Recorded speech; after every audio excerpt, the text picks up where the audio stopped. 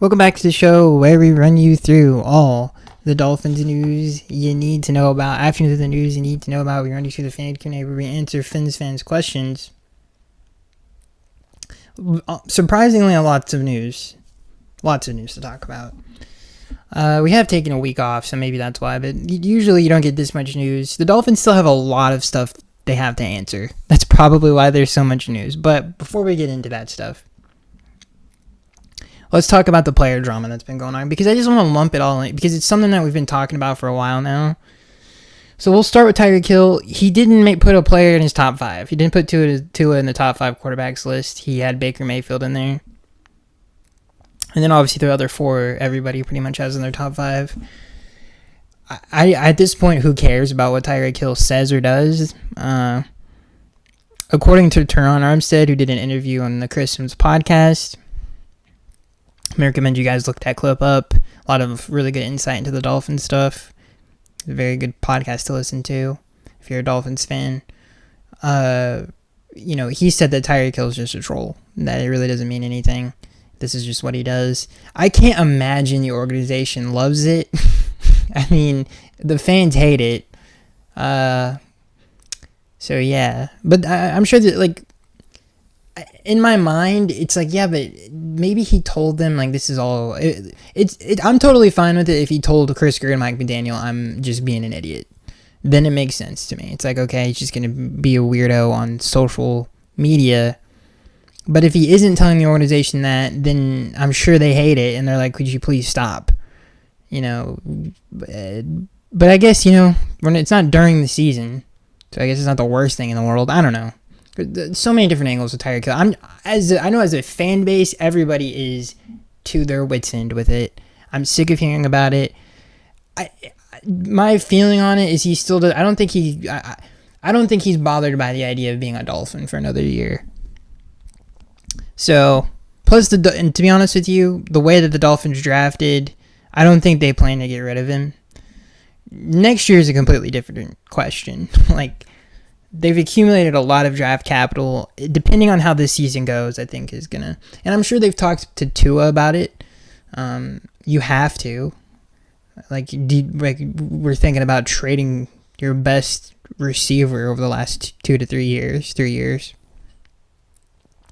So, yeah, I'm sure that's bad. They've had conversations about that. I don't think they're going to do it this year, is my feeling. And I'm just sick and tired of reading this stuff. It's really annoying.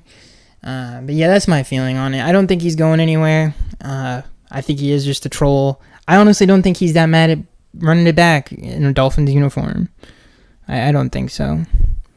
So let's get to another player with a bunch of drama, which is Jalen Ramsey, which we talked about this last week.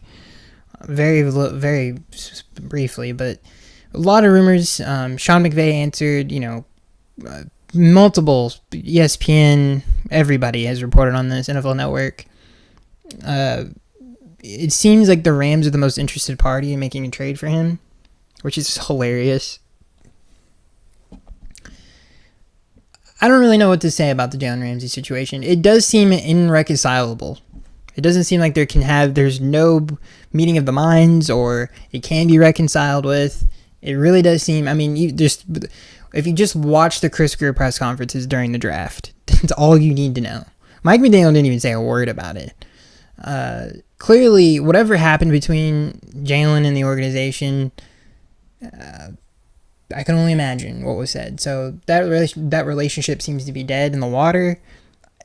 They even asked Chris Greer if he thinks that they maybe could come to a peaceful resolution to this and a reunion, and his answer was basically no. So Jalen Ramsey is gone. To where, I don't know. I know that if they wait till after June 1st, they save money on the trade. So I'm assuming that's what's going to happen whenever that gets done. Just one of the worst organization moves in the history of the franchise. We've talked about this already, but to compare his contract to some of the younger best corners in the league that they could have had in free agency. They could have gotten a Byron Murphy with that money. They could have gotten L'Jarius Sneed with that money.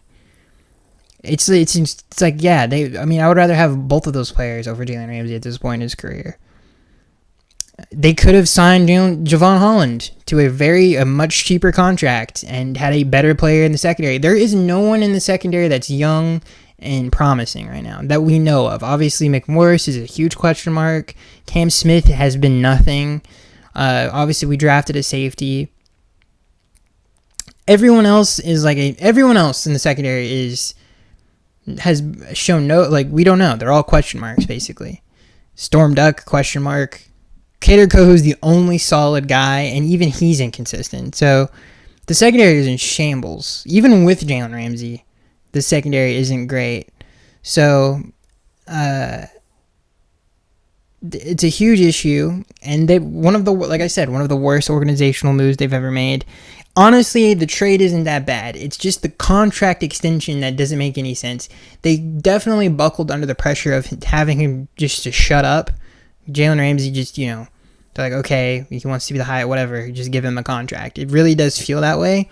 Instead of doing what good organizations do, it's like, no, we're not going to buckle under that pressure from a player, and we're not going to pay you this money because not only are you not at that level anymore, but it's just not good for the organization for the future.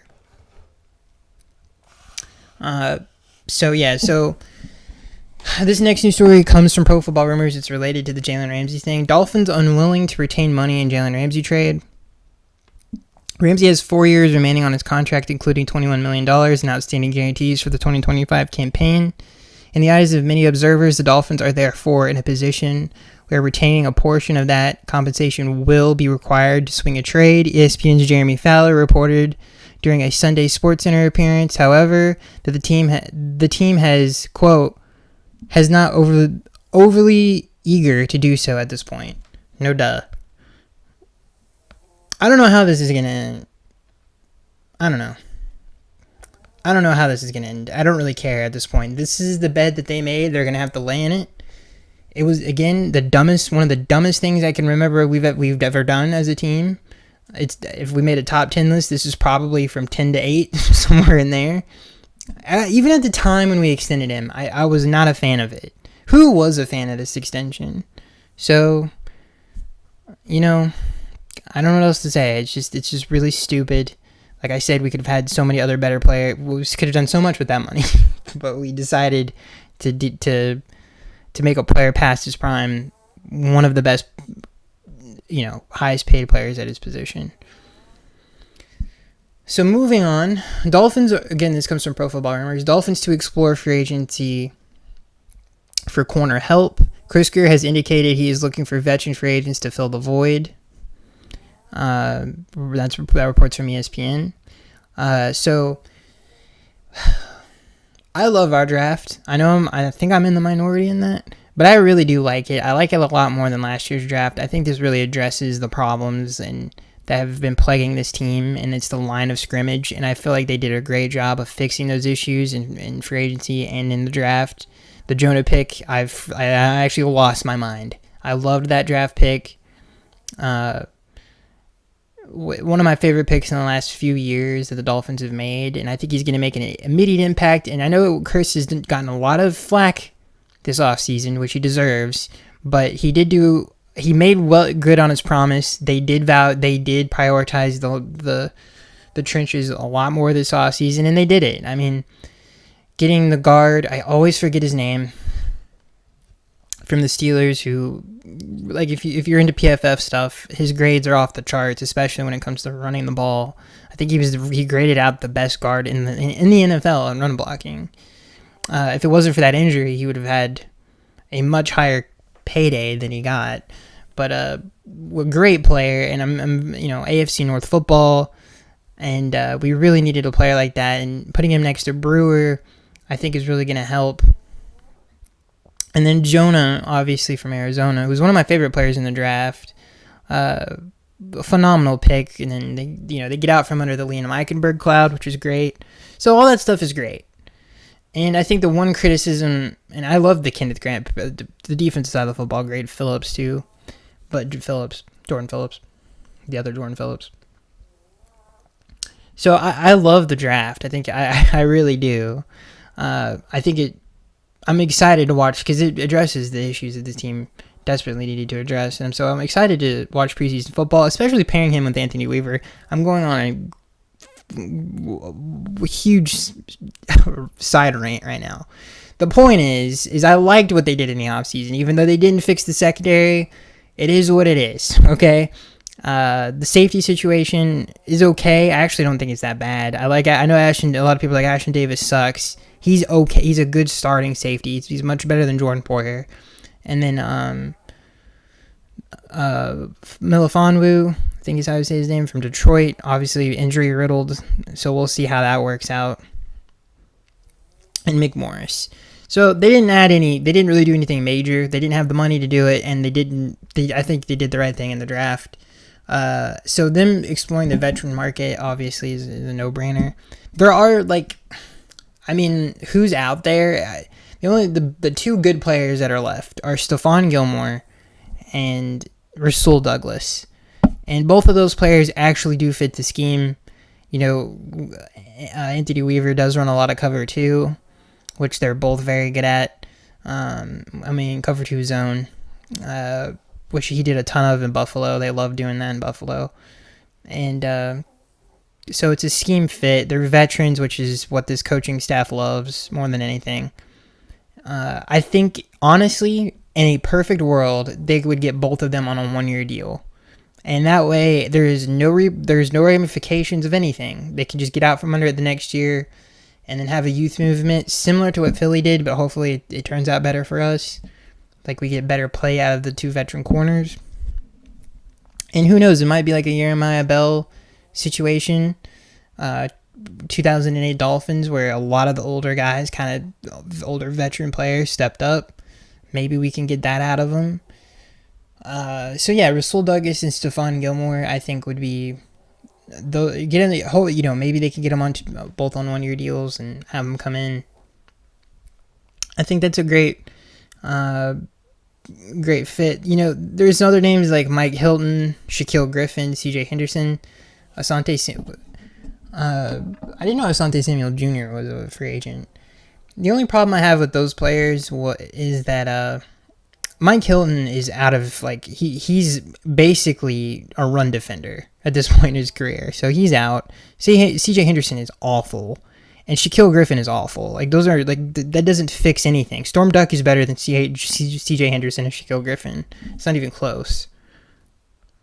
And James Bradbury is so far out of it. He's another player that just can't play. Stephon Gilmore and Rasul Douglas played, and they played fine.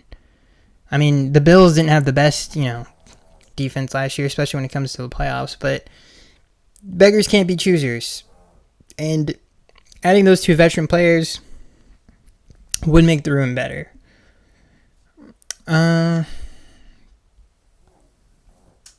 What else are we going to talk about? There's something else that Dolphins released long snapper Blake Ferguson, longtime long snapper. His brother obviously is the long snapper for the Buffalo Bills. This is going to sound messed up, but as soon as I read this news, I was like, it might be good luck. I always thought it was bad luck when those two would meet before the game. I don't know why, but I've always felt that way. So it's kind of, I don't know. Maybe this will help the Dolphins break the Buffalo Bill problems. And that sounds messed up. Shout out to Blake Ferguson. Awesome. He's made a lot of money in the NFL snapping a ball. So I don't think nobody's ever going to listen to this anyway. So I don't know why I'm even saying this, but the Dolphins sign pretty much their entire free agent, or they signed their entire draft class. So, and I've said this before, I love our draft class. I think it was awesome. Big fan of Kenneth Grant. Even though I didn't love the pick at the time, because I was like, man, we just passed on some Zabel, Gray Zabel, that's such a weird name. I always feel like I'm messing that up. The guy from NDS, or North Dakota State University, which apparently the Dolphins were going to pick. I remember that, if you guys remember reading that, it was like, oh, this is a lock. And it wasn't a lock. But they ended up getting Kenneth Grant, which was reported on that they really liked him. So I actually liked the way it went. Honestly, kind of a perfect scenario for the Dolphins. And I hope the story is true that we stole Jonah from the Patriots. I hope that's true. I really hope that's true. And yeah, I actually think the first 2 rounds of the draft are like kind of like perfect. And then Ollie Gordon's another player that I really like. The only thing that I don't like is he runs really high, and it reminds me of Kalen Ballage, and I don't love that. But other than that, I think he's much more talented coming out of college than Kalen Ballage was out of Arizona. Ollie Gordon, obviously Oklahoma State. Like, Kalen Ballage didn't run with power, and Ollie Gordon is a power back. So very different styles, which I think is a great thing. Even though he does run high, and it is weird. It's not like, maybe he can. I don't know. I actually really think he's a very interesting prospect. We know that Mike McDaniel doesn't like rookies, so we'll see what he can get done in the preseason, in preseason to set himself apart. And yeah, I'm excited about that because he's an interesting prospect. Yeah, that's it. I think that's it for the news. We pretty much looked at everything, talked about everything. I don't think there's anything else I really want to mention.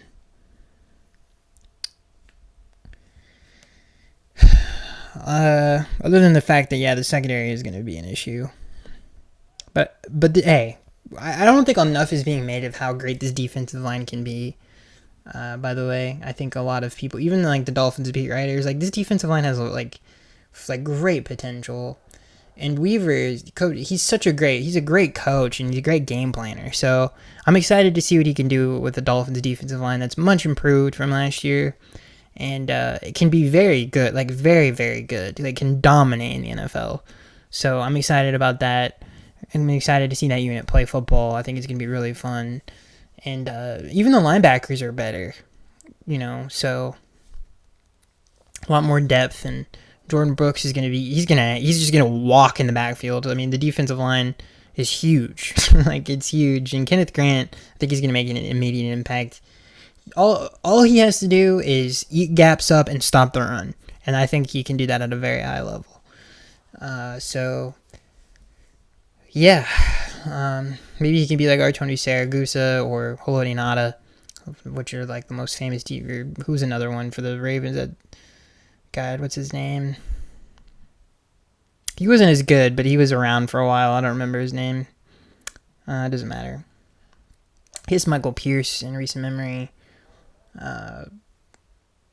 There was another one I can't remember, but that's it. Hope you guys enjoyed. I'm excited for the season. I think they improved, especially offensively. I think the Dolphins are going to be fun again, which I think is the most important thing. Because last year it was just an awful season to watch, and I think this year, because of the improvements on the offensive line, the Dolphins are going to be fun again, and the tight end and the running backs, and they're going to be much happier. So yeah, I'm excited. So that's it. Hope you guys enjoyed, and I'll see you guys in the next one.